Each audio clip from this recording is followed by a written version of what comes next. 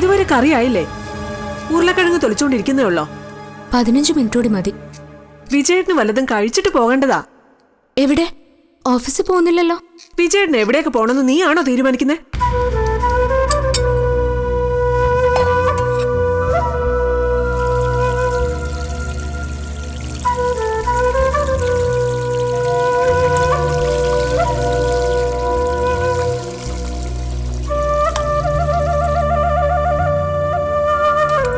രത്നമ്മോ, മദ്രാസിൽ പോകുന്ന കാര്യം എന്നാ എടി? ശ്യാമളെ കാണണ്ടേ? പോണം. വിജയേട്ടന് കൂടെ വരാൻ പറ്റില്ലല്ലോ. അമ്മയ്ക്ക് വരാൻ പറ്റും എന്റെ കൂടെ? അയ്യോടി, മദ്രാസ് വരെ യാത്ര ചെയ്യാനോ? അതും ട്രെയിനല്ലേ? എനിക്ക് ട്രെയിനെ കേറുന്ന തന്നെ ഇഷ്ടമല്ല. ഒറ്റ രാത്രി കൊണ്ട് ചെല്ലും.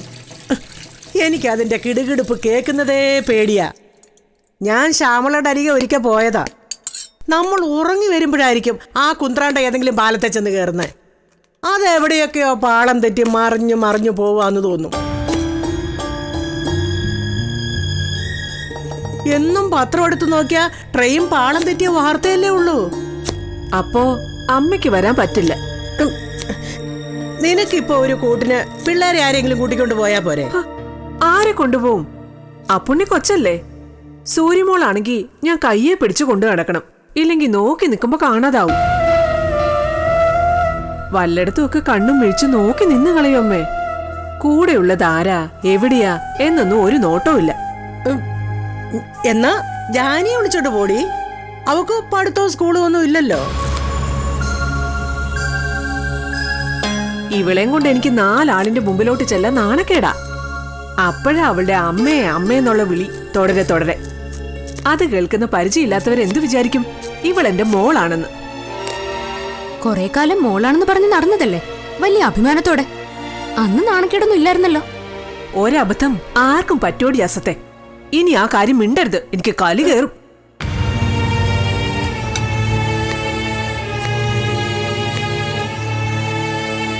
എന്റെ കൂടെ നിനക്ക് മദ്രാസ് വരെ ഒന്ന് കൂട്ടുവരാൻ പറ്റുമോടി?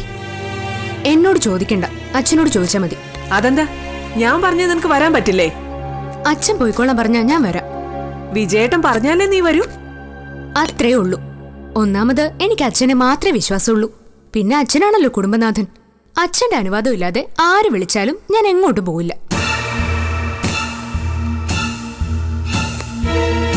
വിജയേട്ടൻ സമ്മതിച്ചാ നീ വരുമല്ലോ അല്ലേ?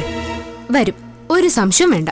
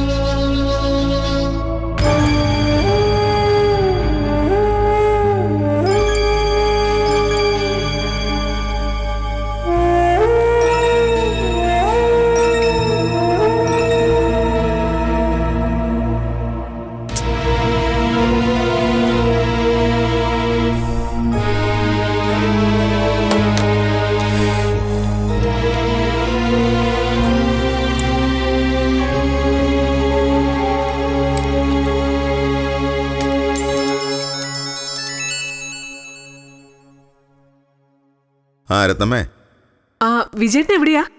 ഹോട്ടൽ റൂമില്. അവിടെ ആരെങ്കിലും എന്നെ തിരക്കി വന്നോ? ഇവിടെ ആരും വന്നില്ല. വിജയേട്ടനെ ഇപ്പൊ തന്നെ ആ പത്മകുമാർ വിളിക്കും, മന്ത്രിയുടെ PA. ഞാൻ അതും കാത്തിരിക്കുക ഇവിടെ. ശരത്തേട്ടൻ വിളിച്ചില്ലായിരുന്നോ? അയാളും വിളിച്ചിട്ട് ഇത് തന്നെ പറഞ്ഞേ, പത്മകുമാർ വിളിക്കുമെന്ന്. ഉടനെ വിളിക്കും.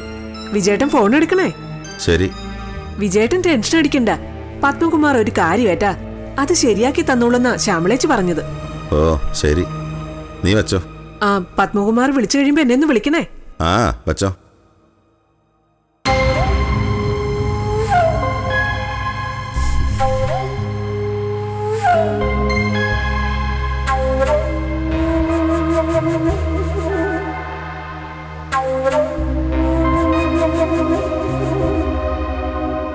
ഞങ്ങള് പോയി കഴിയുമ്പോ അമ്മ വേണം വീട് നോക്കാൻ. പിള്ളേരെ ശ്രദ്ധിക്കണം. അപ്പുണ്ണിക്ക് അമ്മ പറഞ്ഞ തീരെ അനുസരണയില്ല. അതൊക്കെ ഞാൻ നോക്കിക്കോളാം. ചെന്നൈ മെയിലിന് പോകാനുള്ള ടിക്കറ്റ് എല്ലാം ബുക്ക് ചെയ്ത് കഴിഞ്ഞു. നാളെ ഞങ്ങൾ അങ്ങ് പോകും. ഡേ ജാനിയുടെ ഡ്രസ്സെല്ലാം കൊണ്ടുപോകണ്ടേ? 3-4 മാസം നിൽക്കേണ്ടതല്ലേ? കൊണ്ടുപോണം. അതെല്ലാം കൂടെ എടുക്കാൻ പറയുമ്പോ അവക്ക് സംശയം തോന്നൂല്ലേടി? അത് ശരിയാണല്ലോ. 3-4 ജോഡി മാത്രം എടുക്കാൻ പറയാം. അവിടെ ചെന്നിട്ട് വല്ല നൈറ്റി ഇട്ടോണ്ട് നടക്കട്ടെ. ഫ്ലാറ്റിൽ അടച്ചുപൂട്ടി ഇരിക്കുമല്ലേ എപ്പോഴും, പുറത്തോട്ട് ഇറങ്ങുന്നില്ലല്ലോ. പിന്നെന്തിനാ കൊറേ ഡ്രസ്സ്? അത് നേരാ.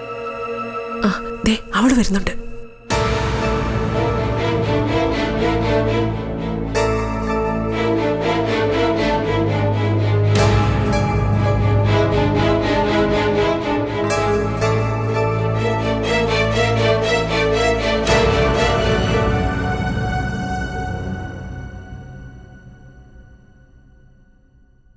എന്താടി?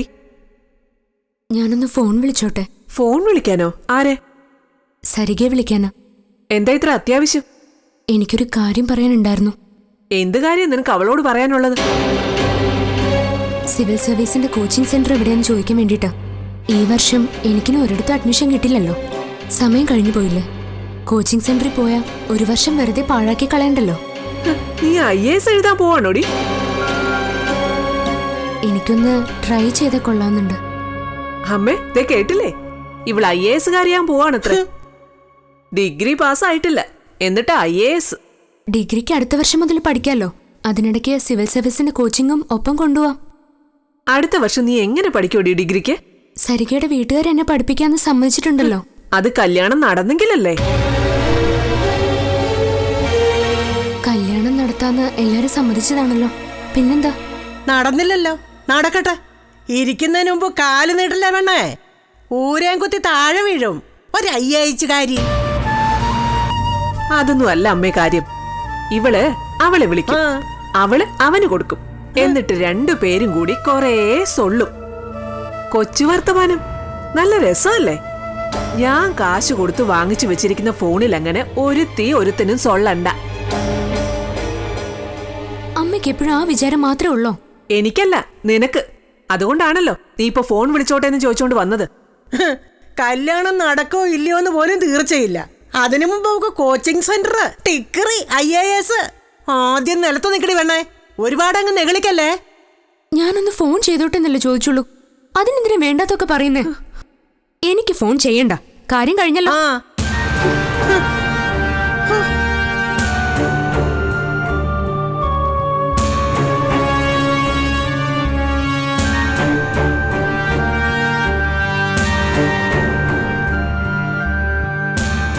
അവളുടെ വിചാരം കല്യാണം നടക്കുന്നും പഠിക്കാന്നും IAS കാരി ആവാന്നും ഒക്കെയാ.